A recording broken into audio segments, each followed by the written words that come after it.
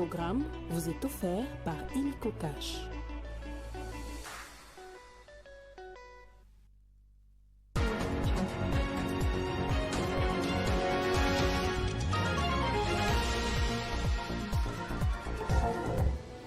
Lutte contre l'insécurité au Nord Kivu, l'armée nationale annonce avoir neutralisé 2 leaders importants des forces démocratiques et alliées ADF. C'était lors des opérations conjointes avec les éléments des UPDF. Face au dépassement budgétaire constaté dans l'examen du projet de loi portant reddition des comptes exercice 2023, une gestion saine et orthodoxe des finances publiques s'impose. On en parle dans ce journal avec un spécialiste en la matière. Et puis l'opposant congolais et président du LGD, Matata Mponyo, lance un cadre d'échange citoyen et républicain dénommé La Voix du Peuple. Il s'agit d'une tribune qui accordera la parole aux acteurs politiques et ceux de la société civile, notamment des journalistes, dit-il, pour s'exprimer sur des questions qui touchent à la vie de la nation. Au Kenya, le Sénat a destitué le vice-président Rigathi Gachagua pour, entre autres, insubordination vis-à-vis de son titulaire William Ruto. Nouveau journal sur Télé 50, bienvenue à tous. Ouverture à Bruxelles de la 10e édition de Rebranding African Forum. La première ministre Judith Suminwa Tuluka représente le président de la République Félix Tshisekedi à cet événement qui se tient dans la capitale belge. Lors de son allocution, la chef du gouvernement a présenté les opportunités d'investissement de la République démocratique du Congo. La République démocratique du Congo offre des opportunités d'investissement exceptionnelles à explorer. Avec ses vastes ressources naturelles, sa biodiversité riche et son potentiel humain remarquable, la RDC est en passe de devenir un acteur clé de la croissance économique en Afrique. Elle regorge de minéraux stratégiques tels que le cuivre, le cobalt, le lithium, essentiels pour les technologies de demain. C'est ce qu'a dit la première ministre ce jeudi 17 octobre 2024 lors de l'ouverture de la 10e édition du Rebranding Africa Forum à Bruxelles, en Belgique. Judith Suminwa Tuluka a par ailleurs fait savoir que, par sa position géographique au cœur du continent, la RDC est un carrefour logistique crucial pour les commerces intra-africains et intercontinental grâce à ses rivières navigables et son accès à plusieurs corridors de transport. La première ministre Judith Suminwa a signifié que l'engagement de son gouvernement à stimuler les réformes économiques et à sécuriser l'environnement des affaires est particulièrement manifeste. La 10e édition du Forum Rebranding Africa va durer 3 jours, soit du 17 au 19 octobre 2024 dans la capitale belge. Il s'agit d'un événement qui rassemble les leaders d'opinion, décideurs politiques, entrepreneurs et investisseurs autour de la thématique « Ensemble, construisons l'Afrique, Building Africa Together ». Revenons sur la plénière ayant abouti à l'adoption des projets de loi portant reddition des comptes 2023 et celui relatif à la loi rectificative au cours de laquelle les élus avaient dénoncé des dépassements budgétaires, des écarts constatés entre les budgets alloués et ceux décaissés. Pour en parler, nous sommes en ligne avec le professeur Florimond Mouteba, président de l'Observatoire des dépenses publiques. Bonjour professeur, comment réagissez-vous à ces remarques faites par les élus concernant la gestion des finances publiques au cours de l'année 2023? Vous savez, nous déplorons cette mauvaise gouvernance accompagnée de autant de scandales de corruption et de détournement. Mais nous la déplorons aussi pour la question je ne prendrai que ici les dépassements budgétaires. Vous savez, en 2022, la réduction de comptes qui a été faite en 2023 par le ministre des Finances sortant a démontré qu'il y avait 33 institutions, organismes, ministères qui étaient en dépassement budgétaire en 2022, en dépassement budgétaire. Et y compris même les ministres des Finances lui-même, la présidence de la République, presque toutes les institutions étaient en dépassement budgétaire. Maintenant qu'il y en ait eu en 2023, ça ne peut pas m'étonner. Vous savez, c'est depuis 2019 que nous n'avons fait que déplorer ces fléaux de faute de gestion. Parce que les dépassements budgétaires sont des fautes de gestion. Elles sont des fautes de gestion. Et aujourd'hui, si on doit faire des réformes sur notamment la loi organique de la Cour des comptes ou sur même la LOFIP, ces fautes de gestion doivent être jugées comme des délits. Comme des délits. Et donc il s'agit de fautes de gestion, de fautes graves. Et donc la Cour des comptes devrait vraiment s'en saisir, quoi, pour les uns et pour les autres. C'est pour dire que rien n'a changé. Merci beaucoup, professeur Florimond Mouteba. Je rappelle que vous êtes président de l'ODEP. Justement, lors de cette plénière consacrée à l'examen du projet de loi portant reddition des comptes 2023, plusieurs élus ont décrié la mégestion financière par le gouvernement de la République. C'est le cas du député national Gratien Iratian que je vous propose de suivre dans ses propos recueillis par Dickens Kabouya. Je m'attendais à ce que, avec cette loi rectificative, qu'on revienne sur les royalties. On a fait uniquement référence au contrat chinois, mais c'est plein d'opérateurs miniers qui doivent des redevances au gouvernement. Donc c'est essentiel que les ministres des Finances et les ministres des Budgets refassent un petit travail pour voir tous ces opérateurs miniers qui doivent de l'argent à la République. Honorable Président, quand vous voyez les droits de sortie des minéraux, 9,6%, c'est extrêmement faible. Autrement dit, il se passe des choses au sein des opérateurs miniers.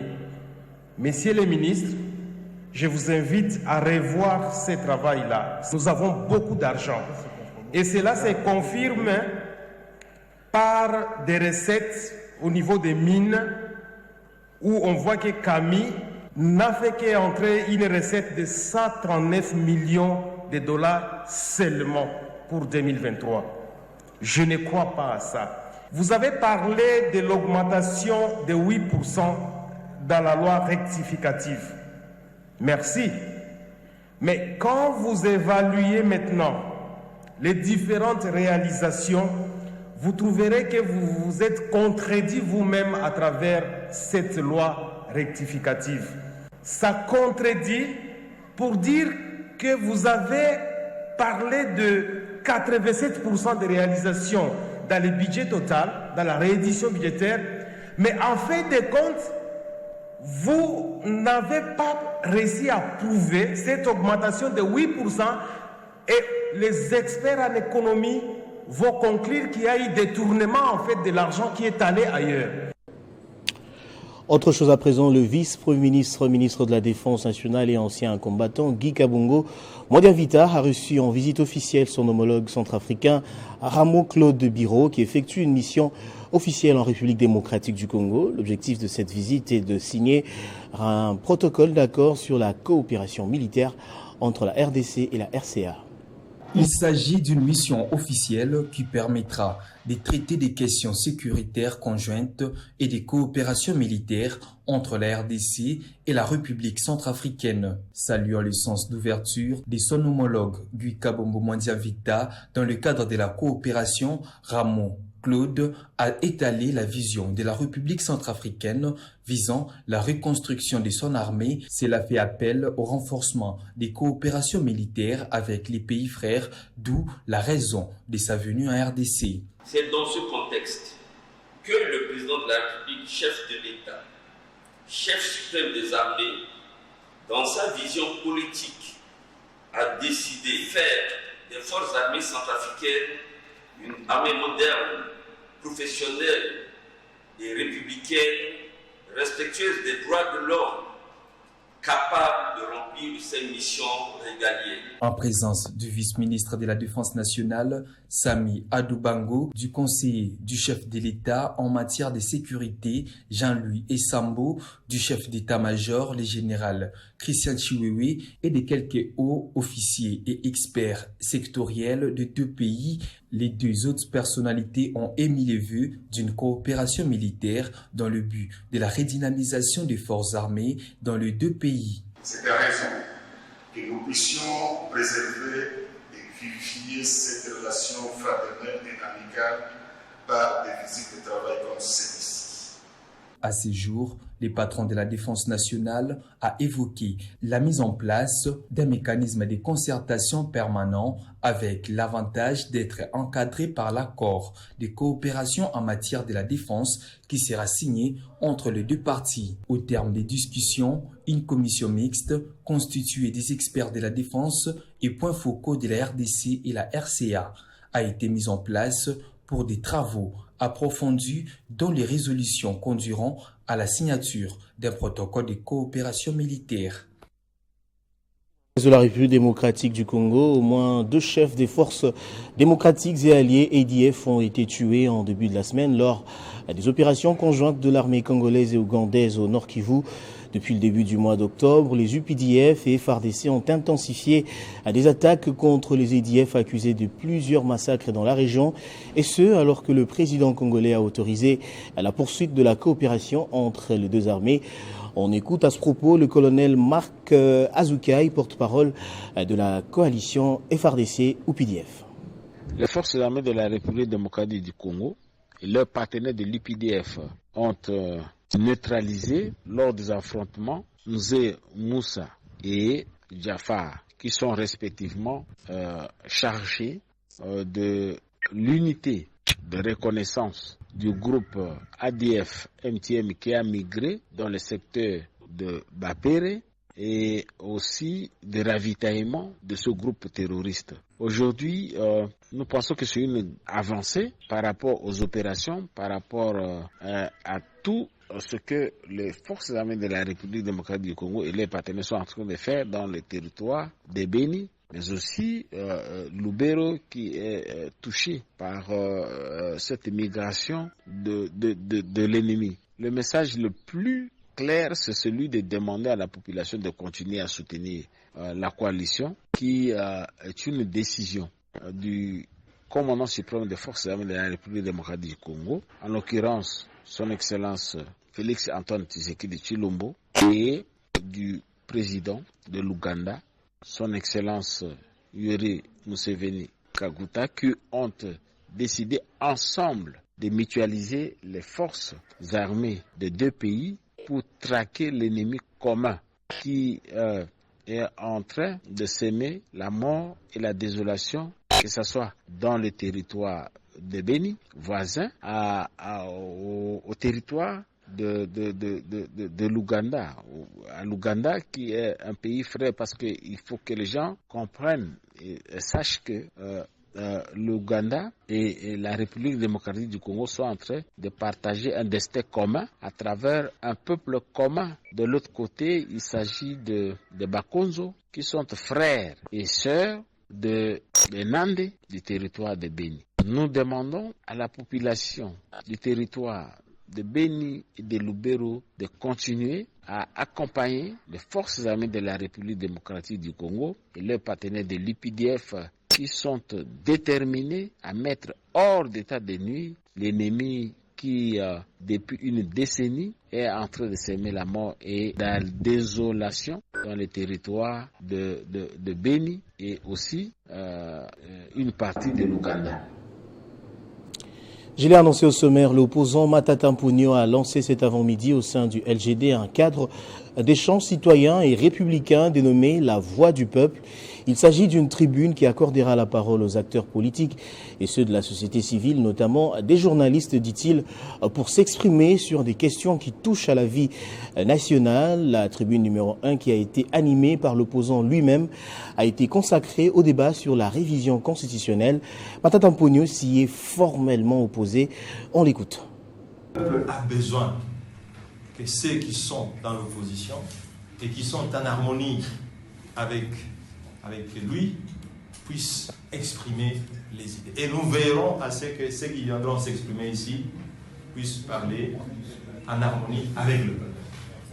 Cette première tribune, cette première édition a porté sur la révision constitutionnelle. En résumé, nous avons donné des arguments qui ont démontré que la révision constitutionnelle n'est pas opportune pour le moment. Pourquoi? Parce que ce dont le peuple a besoin, ce n'est pas qu'on change la Constitution. Ce dont le peuple a besoin, c'est que ses conditions de vie s'améliorent. Et qu'on peut améliorer la condition de vie des populations en 4 ans, comme les États-Unis le font. Qu'on peut améliorer les conditions de vie de la population sans constitution, comme la Grande-Bretagne le fait, comme la Nouvelle-Zélande le fait, comme l'Israël le fait. Et donc, laissons de torturer la population congolaise, qui est opposée totalement à la révision de la Constitution congolaise. Nous sommes d'avis que la Constitution, c'est un esprit.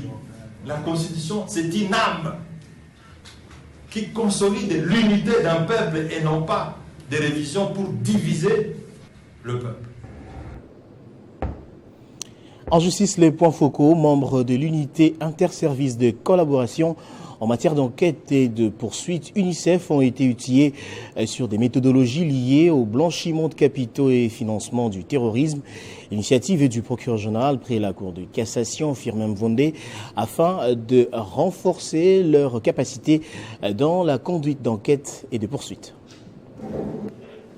Flux financiers, illicites et techniques d'enquête liés au blanchiment des capitaux et financement du terrorisme ont été au menu de cet atelier de 2 jours.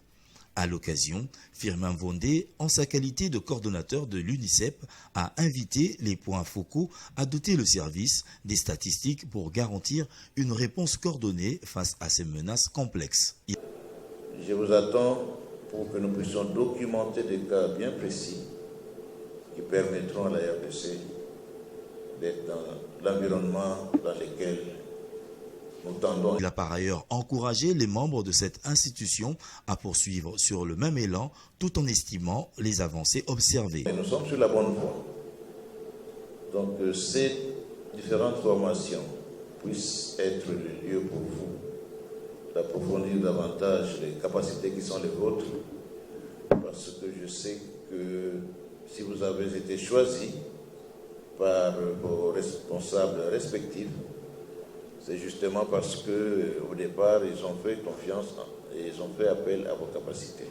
Il s'y est de noter que l'organisation de cet atelier marque une étape clé dans le renforcement des dispositifs nationaux de lutte contre la criminalité financière en faveur d'une République démocratique du Congo plus sûre et résiliente, contribuant ainsi à l'effort global de la sécurité nationale et régionale. Le gouverneur de la ville de Kinshasa a informé les commerçants qui occupent les rues environnantes du marché central des travaux de construction et de réhabilitation des avenues et rues Bokassa, Kassavubu, Rwakadingi, Kabinda et Kabambar. En conséquence, l'autorité urbaine a institué une commission chargée d'identifier les espaces adéquats pour notamment accueillir ces vendeurs jusqu'à la fin de ces travaux de construction des routes et de l'ouverture du grand marché.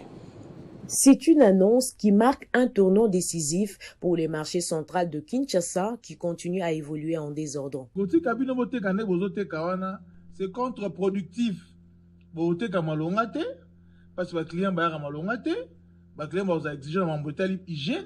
Il est donc temps pour le premier citoyen de la ville, Daniel Bumba Lubaki, de remettre de l'ordre en vue de l'accessibilité et la transformation. Tout ça, le problème, il y a délocaliser les marchés pirates qui sont tout autour pour nous permettre à ce que Moussalawana et Salamatos avancent là. Donc, à côté de cette problématique, il y a l'accessibilité au marché central. Et ça peut avancer là, tout ça là, tout autour. Il y a zone commerciale dans Bisso. Les alibongo noyaux, il y a dynamique, il y a développement banzela, toute infrastructure à ville à Kinshasa, à côté de Bandeli. Tout ça là, perpendiculaire, parallèle, il y a boulevard à 30 juin. et tokopanza na bongo tina retoucher la périphérie. Il l'a dit lors d'une rencontre de travail avec les bourgmestres des 4 communes, notamment celui de Lagombe, de Kinshasa, de Lingwala et celui de Barumbu, associés aux représentants des vendeurs. Commune de la Kinshasa et connaîtraki notamment la délocalisation. Si l'école cabine des Araki, et parce que les bâtiments étaient devenus vétustes pour Tonga. Mais la ville a demandé que pour un temps, Batia va vendre place one. Mais les lots au quotidien, la concession, c'est malheureux. Bien que la date du démarrage des travaux n'a pas encore été fixée, sur place, l'autorité urbaine a institué une commission chargée d'identifier les espaces adéquats pour accueillir ces vendeurs jusqu'à la fin de ces travaux de construction de routes et de l'ouverture du grand marché.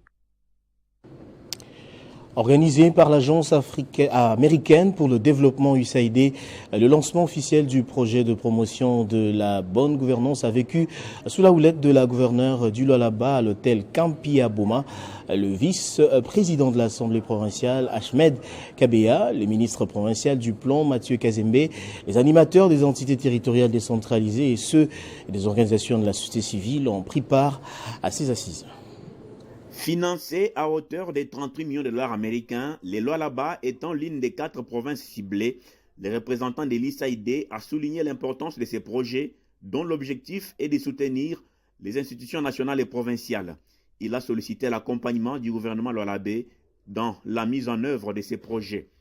Le projet GGA de l'USAID, dont les objectifs et résultats attendus ainsi que les principales activités prévues vont vous être présentés par notre chef de bureau, est porté par une ambition forte pour la RDC, celle d'améliorer la gestion financière des ressources publiques afin d'accroître la transparence, la redevabilité et la disponibilité des ressources locales pour le développement de la République démocratique du Congo. Ces projets s'étalent sur 5 ans. Ils portent sur l'amélioration de la transparence et la responsabilité dans la gestion des finances au sein des entités territoriales décentralisées et TD. La gouverneure Masuka Saini a manifesté son appréciation pour les choix portés sur sa province, ce qui rentre dans la pensée politique du président de la République, Félix-Antoine Tshisekedi, champion de la bonne gouvernance, malgré les multiples pesanteurs structurelles et fonctionnelles au pays.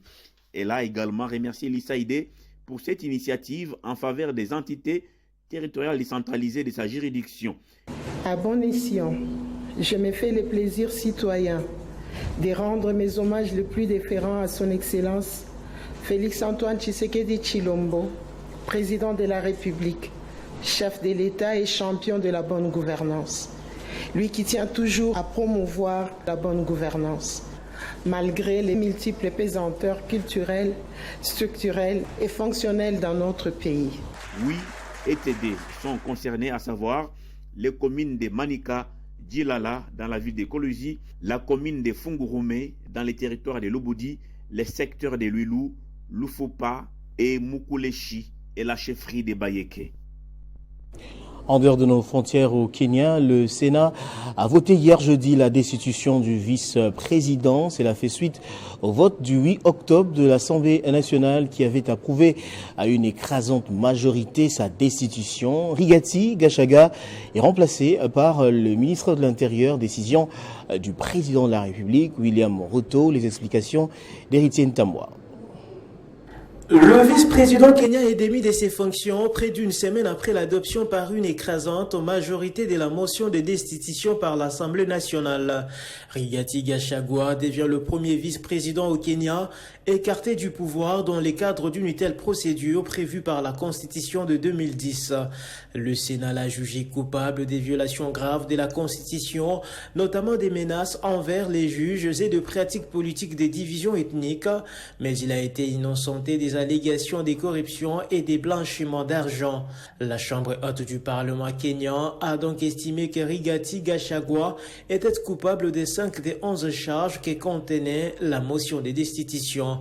Plusieurs sources notent que ceci est un point culminant de plusieurs mois de conflit entre le président William Ruto et Rigathi Gachagua. Les relations entre les deux hommes à la tête de l'État se seraient détériorées notamment depuis un mouvement de contestation anti-gouvernementale environnementale qui a secoué les pays en juin et juillet. Quelques heures seulement après cette destitution historique, le chef de l'État kényan a nommé le ministre de l'Intérieur, Kithure Kindiki, nouveau vice-président, a annoncé le président de l'Assemblée nationale du pays.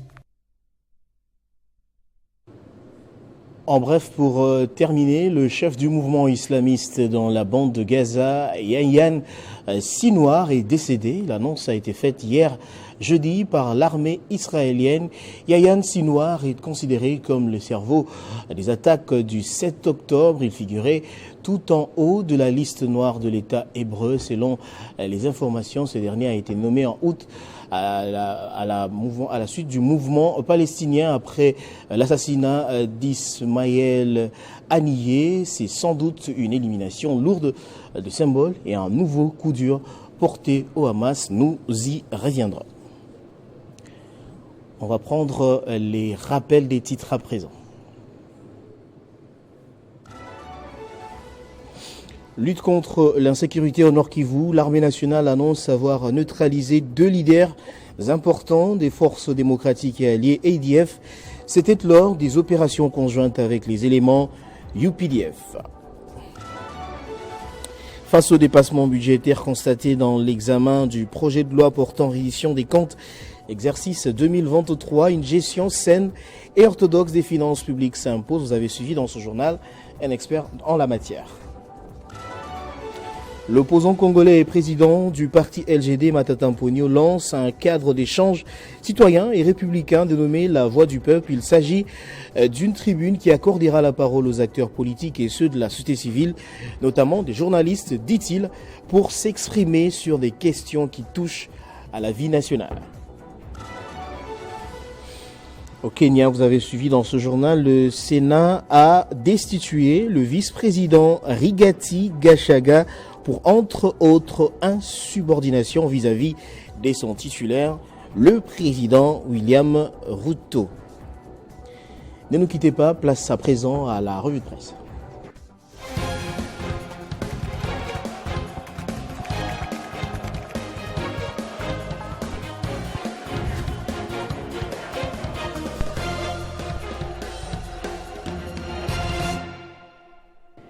Et c'est avec Nathan Diamoité qui me rejoint sur ce plateau et à qui j'ai dit bonjour et bienvenue. Bonjour Christian, merci.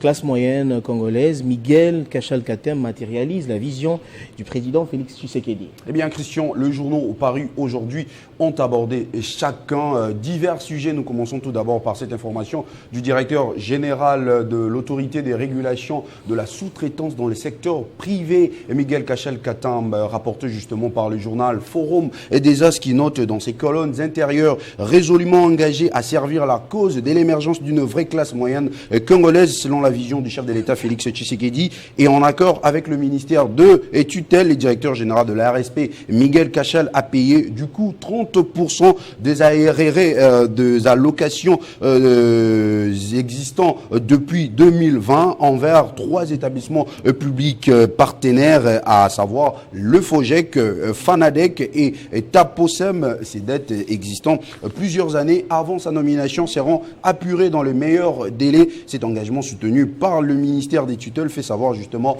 le journal Info 27, illustre non seulement sa gestion exemplaire mais aussi sa détermination à renforcer l'écosystème entrepreneurial du pays. Christian, pour le journal Congo Nouveau, ces gestes du directeur général de la RSP marquent sa ferme volonté de résoudre les problèmes structurels, y compris les dettes trouvées au sein de l'établissement, même plus de 2 années avant sa nomination. Et puis, il n'y a pas de pénurie de carburant dans les stations-service. Les assurances du gouvernement de la République et les acteurs des produits pétroliers. Exactement, Christian Kalonji, le journal Econews ouvre le bal en mettant justement sur sa une: gouvernement et pétrolier rassure, ni pénurie des carburants, ni problème de distribution des produits. Christian, alors que la population s'inquiète de la pénurie et de carburant à la suite de la dernière baisse de prix à la pompe, les 2 parties rassure, il n'y a ni pénurie des carburants, ni un problème de distribution des produits pétroliers en attendant la certification du manque à gagner dû aux pétroliers distributeurs que le gouvernement promet d'apurer dans les meilleurs délais. Plus rien ne saurait donc perturber le marché de produits pétroliers. Ceci ressort d'un entretien constructif qui a eu lieu mercredi entre le gouvernement représenté par le vice-premier ministre et ministre de l'économie nationale, Daniel Mukoko Samba, et les acteurs majeurs du secteur pétrolier. De même pour le journal Congo Nouveau qui revient sur pas de pénurie des carburants, rassure Mukoko Samba et les pétroliers. Et pour terminer, bras de fer entre Constant Mutamba et Firmin Vondé, qui disent les journaux Nathan. Exactement, Christian, les journaux parus en début de ce week-end ont également évoqué ces bras de fer qui s'observent entre le ministre de la Justice, Constant Mutamba, et le procureur général près la Cour des cassations, Firmin Vondé, selon les médias en ligne Wise.cd, qui met sur sa une RDC, bras de fer entre Mutamba et Firmin Vondé. Il note dans ses colonnes intérieures, le ministre d'État en charge de la justice, Constant Mutamba, n'a pas tardé pour répondre à la décision prise par le procureur général près la Cour des cassations faisant objet de la recherche active des évadés de la prison centrale de Makala à la suite de certaines libérations massives par le ministre de la Justice. Wise.cd rapporte également, Christian, le propos du garde de Sceaux, je cite, les désengagements de prison amorcés dans les cadres de la mise en œuvre du programme d'action du gouvernement souminois sur instruction du magistrat suprême sont légaux et réguliers. Fin de citation, Christian, pour le journal Le Maximum, enfin, qui titre Mutamba Vondé, guéguerre fâcheuse. Ces portails révèlent qu'en présence du président de la République, le magistrat suprême, et Christian, c'était d'ailleurs lors de la rentrée judiciaire à la Cour des cassations, le numéro 1 du parquet et le premier président de la Cour de cassation s'en sont pris avec véhémence au tribunal des réseaux sociaux qui condamne sans preuve et son impact négatif sur les systèmes judiciaires congolais. Merci Nathan de votre présentation. C'est moi qui vous remercie, Christian. Voilà qui met fin à ce journal, madame, messieurs. Je vous remercie de l'avoir suivi de partout dans le monde grâce à Télé 50.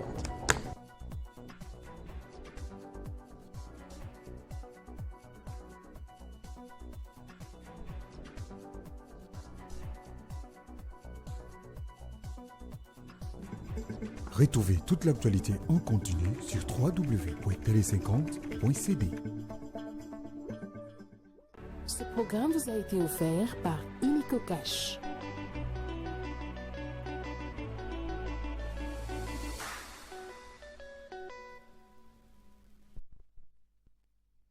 L'inspection générale des finances a la profonde douleur de vous faire part du décès inopiné de l'un de ses membres. L'inspecteur général des finances, chef de brigade des dépenses publiques, Romain Foto Gouma, le vendredi 4 octobre 2024 à Kinshasa. Le programme des obsèques se présente de la manière suivante. Vendredi 18 octobre 2024, veillée mortuaire en la salle Ave Maria, à côté de l'hôpital du Cinquantenaire. Samedi 19 octobre 2024, 10h, levée du corps de la morgue de l'hôpital du Cinquantenaire et départ pour les hommages des officiels à l'inspection générale des finances. Retour de la dépouille mortelle à la morgue de l'hôpital du Cinquantenaire. Dimanche 20 octobre 2024. Départ pour le Congo central. Pensée pieuse pour repos de l'âme de l'illustre disparu.